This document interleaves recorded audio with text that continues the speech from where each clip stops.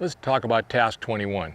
In task 21, you're asked to teach or at least explain and demonstrate wind casting in the wind. And you're expected to do 3 casts into your cast with the wind coming into your casting shoulder, and then explain how you would deal with a tailwind and how you would deal with a headwind.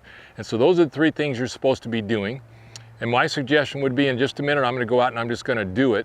And it's going to take me about 5 minutes or even less to do it like I would do it in front of an examiner.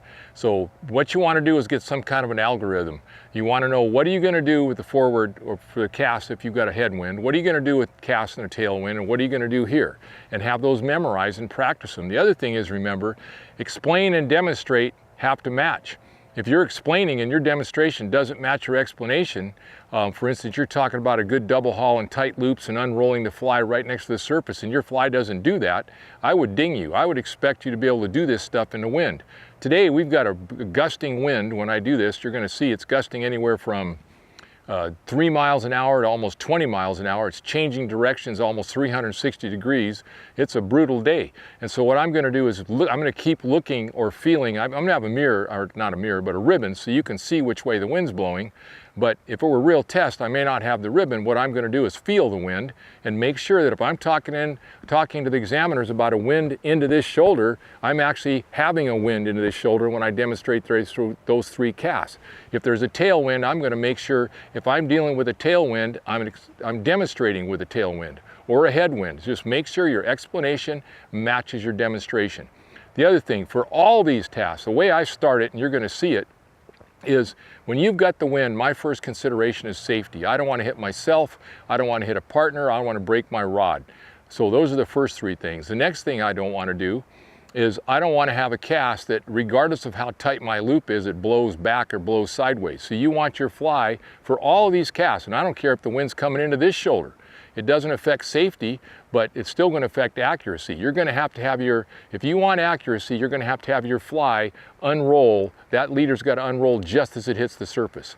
And obviously the last couple of things that are all related is you need tighter loops and you need more line speed if you want to get any distance at all in accuracy in the wind, which means you better learn how to double haul. So if I've got a student who wants to cast in the wind and they're going to go to the Bahamas, you know, until they can double haul, they can't really get enough line speed and a tight enough loop to be able to do it.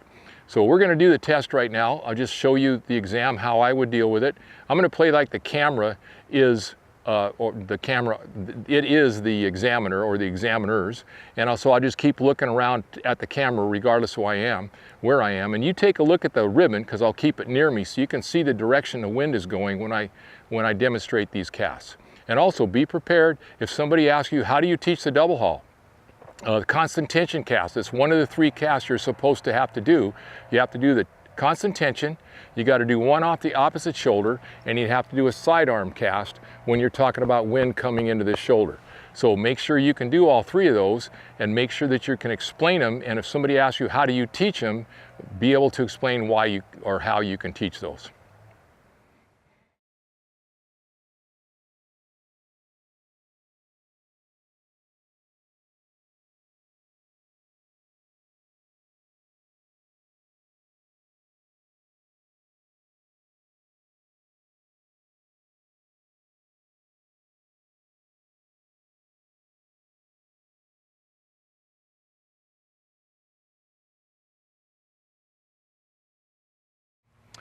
So I'm going to start task number 21, and I'm going to play like the camera is my examiner or my examiners. So here we go. I've got a wind right now that's going from, if I'm facing my target in this direction, it's going from my right to my left. And so I need to be able to cast this direction despite the fact that I've got a wind blowing, and you can see it's gusting pretty bad. So there's a couple of things I need to consider, and I need to consider these with all of my wind casts. Number one, I need to make sure I'm safe. So I don't want this fly hitting me when that wind blows into me. The second thing I don't want to have happen, I don't want to have my fly blow away from my target because my fly unrolls too far above the surface. I want that leader to unroll right on the surface so it hits, just as it unrolls, it hits the ground, it doesn't have a chance to get blown, or the water. And then the last thing that's really important is I need more line speed and tighter loops if I want to cast any distance in the wind. And the only way I'm going to get sufficient line speed and tight loops in a big wind at any kind of distance is with a double haul. So I need to know the double haul, I need to consider safety, and I need to consider the fact that I want my fly, my leader, to unroll just before it hits the surface. So let's do this first. I'm going to show 3 casts with the wind blowing in this direction. The first one is just going to be a double haul with a sidearm cast, tight loops, nice firm stop, and a double haul. So I can get my fly unrolls right before it hits the surface, which is perfect. And the advantage of that too is I like that cast just because it doesn't spook fish, because it's low and I can get under stuff. So actually that sidearm cast is pretty good for a lot of things. Another cast I use a lot, and we're gonna turn around and do it this way. I don't know, the wind's blowing this direction now. So, well, there it just went back. So here we go. I've got the same wind. Now I'm going to do a constant tension cast. I'm just going to pick it up and cast it. So a constant tension cast around, keep the fly on the other side of me. And you can do the same thing. You can even haul with this cast. I'll kind of do it in this direction so you can see the haul, but you can still haul and get some line speed with this cast. So you can still haul. You can haul on the way back, and you can haul on the way forward. So you can still get some pretty decent line speed. The disadvantage of this cast is it's a little tougher to get a really tight loop to cast with a tight loop, which is going to cost you some accuracy, but it's still a really good cast. The next cast I'm going to do right here, I like the Barnegat Bay. I've got that wind blowing pretty strong and I still want to get over here. I'm going to do the Barnegat Bay, which is nothing more than a back cast. So I'm going to do the back cast right there. And here the disadvantage is accuracy. People have a hard time with accuracy here, but it's still an awful good cast, and you can get that thing, you can see that fly, the second it hits, it lands, and that's a big piece of yarn on an 8-foot leader. So that's another one.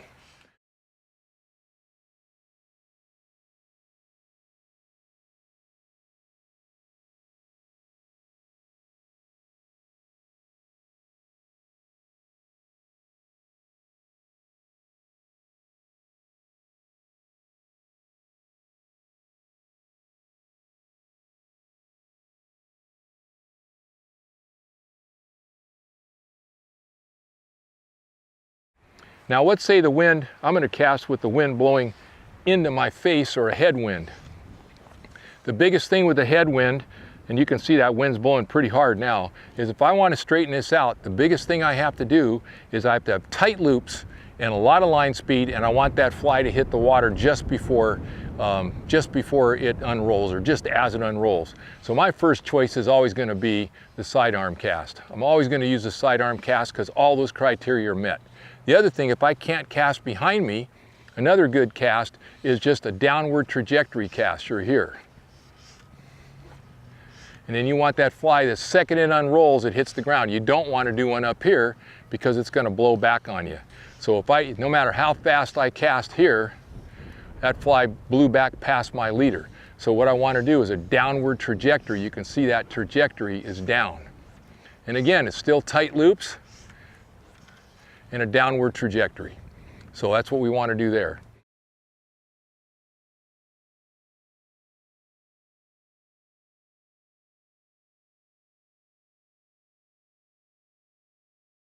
Now, what if I have a tailwind?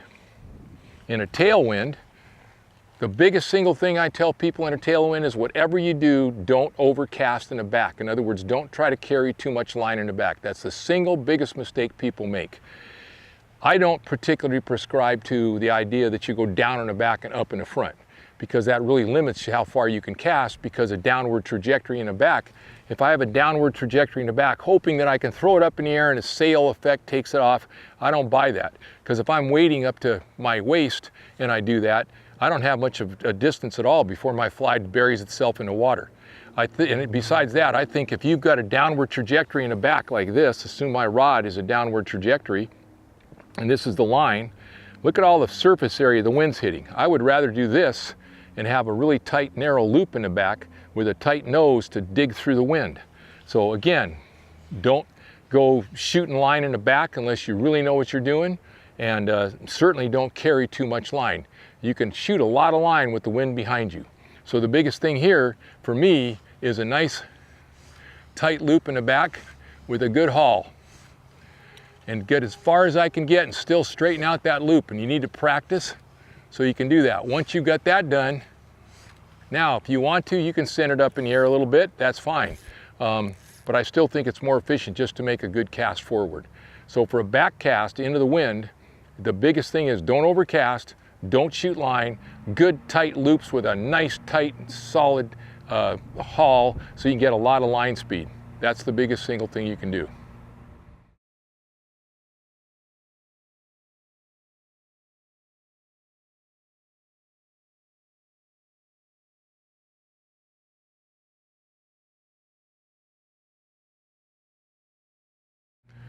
So task 21 is pretty fast, it's pretty simple. If you get to task 21 in this test, it means you've done 20 tasks, and they're a lot harder than 21, I think.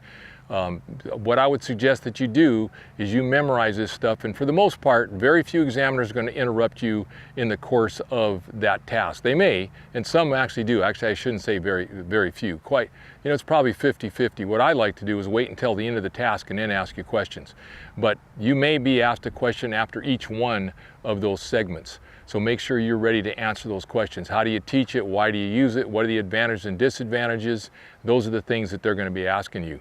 The other thing, it may not be in the order I just did it in. Somebody may ask you to do the task, they may ask you to do the rear wind first, the tailwind first, and then the headwind, and then the wind coming into your casting shoulder. They can ask you anything they want to. They can change the order. There's no rule that it has to be the same order. So don't get so concretely stuck that when they change the order on you, you're all messed up. Do it in different orders and make sure you can do it all the time, every time, and produce it. And I would suggest this, boy, you got to get out and do this in the wind. This is a perfect day for the wind.